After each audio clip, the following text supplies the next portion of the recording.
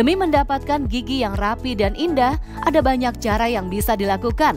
Satu di antaranya adalah merapikan gigi dengan kawat gigi atau behel.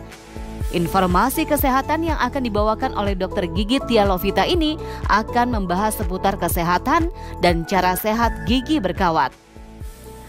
Manfaat kawat gigi yang lain selain sebagai fungsional adalah sebagai estetik. Estetik yang dimaksud adalah ketika gigi sudah mencapai struktur dan posisi yang ideal, maka dapat membantu merubah dari struktur wajah dan rahang kita. Tren kawat gigi melanda di masyarakat dengan alasan penampilan dan pergaulan. Orang beramai-ramai memasang kawat gigi untuk mempercantik penampilannya. Lantas, siapa saja yang disarankan untuk melakukan pemasangan behel atau kawat gigi? Kawat gigi atau yang lebih kita kenal sebagai behel adalah suatu alat berbasis kawat yang biasa digunakan oleh ortodontis untuk memperbaiki susunan gigi menjadi lebih ideal. Siapa saja yang bisa menggunakan kawat gigi?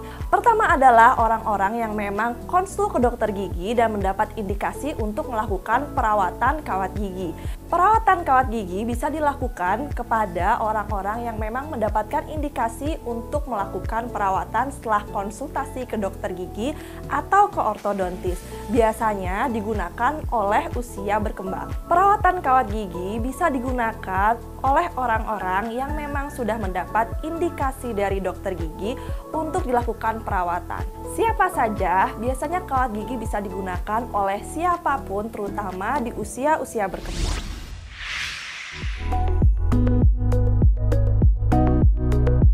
Tidak semua orang dapat melakukan pemasangan behel atau kawat gigi.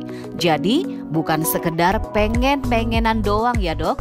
Lantas, siapa sih yang disarankan untuk melakukan pemasangan kawat gigi, Dok Tia? Indikasi dilakukan perawatan kawat gigi adalah yang umumnya terjadi apabila pasien menderita gigi yang kerapatannya kurang atau biasa kita sebut sebagai kelainan diastema. Indikasi yang selanjutnya adalah untuk memperbaiki gigi yang tidak rata ataupun tidak beraturan dan memperbaiki pola gigitan yang tidak benar sehingga bisa membantu dalam fungsi pengunyahan dan artikulasi. Nah, ada beberapa efek samping yang perlu diperhatikan ketika kita memutuskan untuk memakai kawat gigi. Yang pertama adalah pada saat awal pemakaian kawat gigi akan timbul rasa nyeri dan rasa tidak nyaman karena biasanya ortodontis atau dokter gigi akan melakukan penarikan pada gigi sehingga akan menimbulkan rasa kaku atau rasa tegang pada bagian otot rahang dan bagian leher. Efek samping selanjutnya yang bisa timbul saat pemakaian dari kawat gigi adalah penyakit periodontal.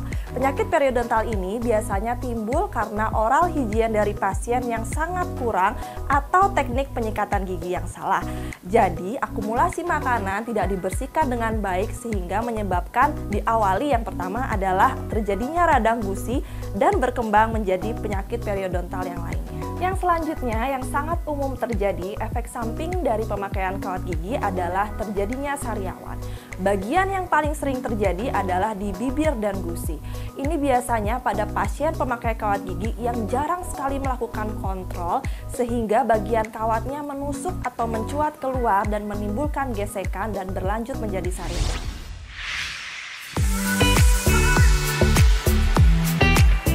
Gigi berkawat memang memperbaiki struktur gigi dan otomatis membuat wajah menjadi ideal.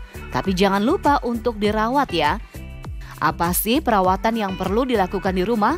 Simak penjelasan Dr. Gigi Tia Lovita berikut ini ya. Perawatan untuk gigi berkawat yang selanjutnya adalah dengan melakukan pembendangan gigi atau biasa disebut dengan flossing.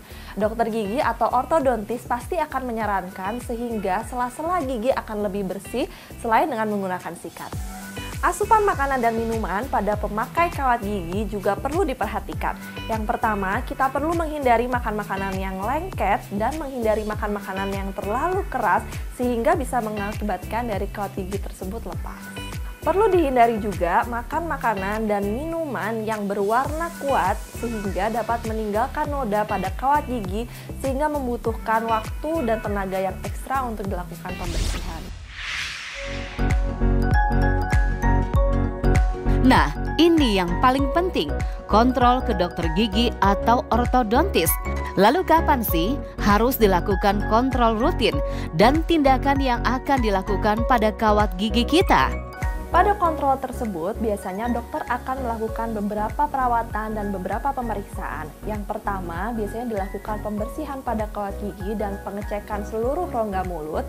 Yang kedua adalah mengecek bagaimana progres dari perbaikan struktur gigi kita.